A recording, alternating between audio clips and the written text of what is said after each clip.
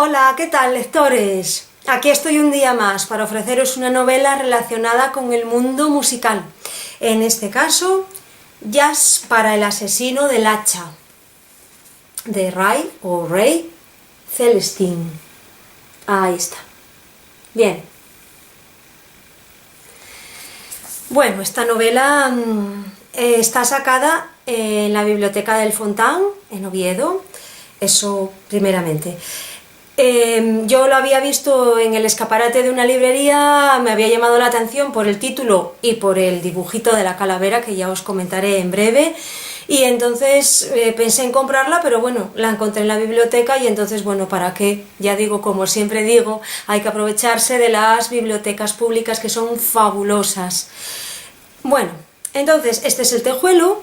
Como veis, aquí hay un puntito negro.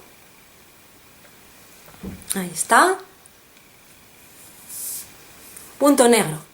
Después, Jazz para el asesino del hacha. Con ese título ya podemos imaginarnos de que la cosa no pinta bien. Ya podemos imaginarnos de qué va la cosa.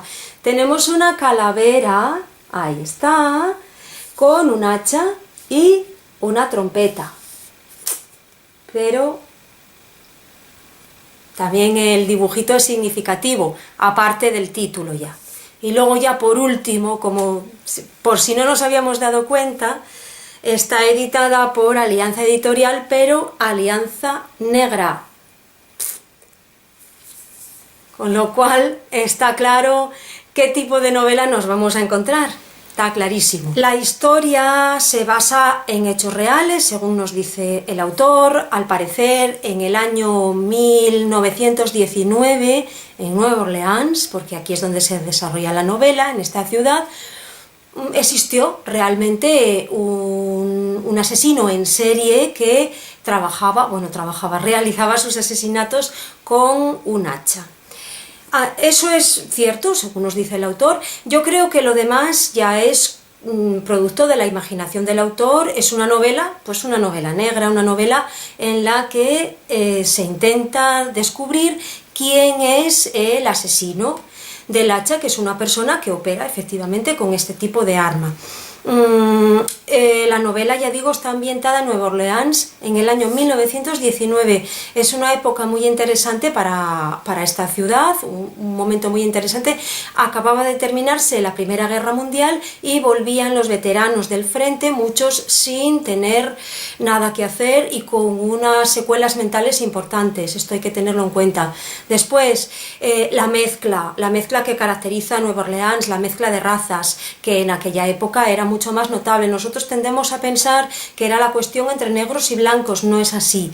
Hay muchísima más problemática. Hay italianos, hay judíos, hay irlandeses, hay negros, hay blancos, hay criollos, hay una mezcla de razas importante. También en un momento determinado se habla de la geografía específica de Nueva Orleans, que los que estudiasteis la historia del jazz o los que la estamos explicando, los que la hemos explicado, siempre hablamos de esa orografía, de esa geografía especial. Nueva Orleans es una ciudad que está por debajo del nivel del mar y que además está siempre sujeta pues al peligro de los elementos naturales, de los huracanes, de las lluvias, de las inundaciones, por tanto, etcétera, etcétera. Desde el punto de vista musical, ¿por qué? ¿Por qué hablo yo de esta novela? Pues porque hay uno de los personajes que es Louis Armstrong, el trompetista de jazz, que en esta época todavía toca la corneta. De hecho, aparece en la primera secuencia del libro, en una marcha fúnebre tocando su corneta. Para descubrir al asesino hay 3 líneas o 4 unas cuantas líneas de investigación. Una de ellas es la de un ex policía que había sido encarcelado por corrupción, otra un policía al que lo había denunciado, otra una chica que se llama Aida, que trabaja en una agencia de detectives, y luego un periodista. Todas estas personas intentan, cada uno con sus propios medios, desentrañar el misterio de este asesino. Y Louis Armstrong, que se escribe Lewis, de momento, todavía no cambió su grafía, la de Luis, que la cambiaría luego en Chicago, pues es amigo de la chica que trabaja en la agencia de detectives y juntos intentan por su cuenta, ya digo, esclarecer estos hechos tan tremendos, porque este asesino es un asesino muy violento, que además ensaña mucho con sus víctimas, en fin, no os voy a desvelar detalles del argumento. El caso es que se habla muchísimo del jazz, se habla mucho de la interpretación, de cómo se toca el jazz. A mí me gustó muchísimo, por ejemplo, cuando habla de cómo tocan los músicos en un determinado local de Nueva Orleans, en la página 211 dice, como cualquier banda de Nueva Orleans que se preciase, los jazz maniers escrito, eran políglotas musicales, capaces de tocar la misma canción de 1000 maneras, de acuerdo con los diferentes gustos de los blancos, criollos, negros, etc. Y un poco más adelante dice, aquella noche se lo tomaban con calma, cuando el capitán Joe no estaba parado al fondo de la sala como hacía normalmente, me imagino yo que sería el jefe, sí, mirando su cronómetro, comprobando si la banda marcaba los tiempos del modo adecuado, 70 compases por minuto en los foxtrot, 70 compases por minuto, y 90 en los one step, por ejemplo, y en esa banda estaba Luis, escrito, ya digo, en esta novela Lewis, Luis. Bueno, luego hay también una referencia muy bonita, preciosa, lo que pasa que no la voy a leer porque es demasiado extensa, en la página 334, cuando Luis hace su primer solo de corneta o de trompeta, que es un párrafo precioso.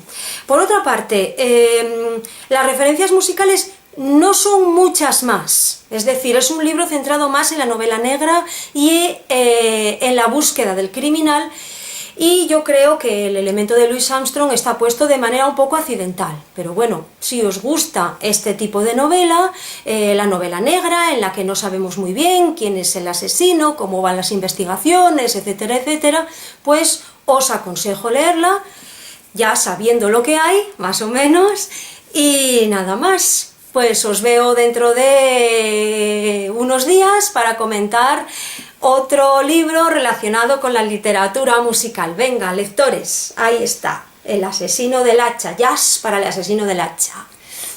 ¡Hasta luego!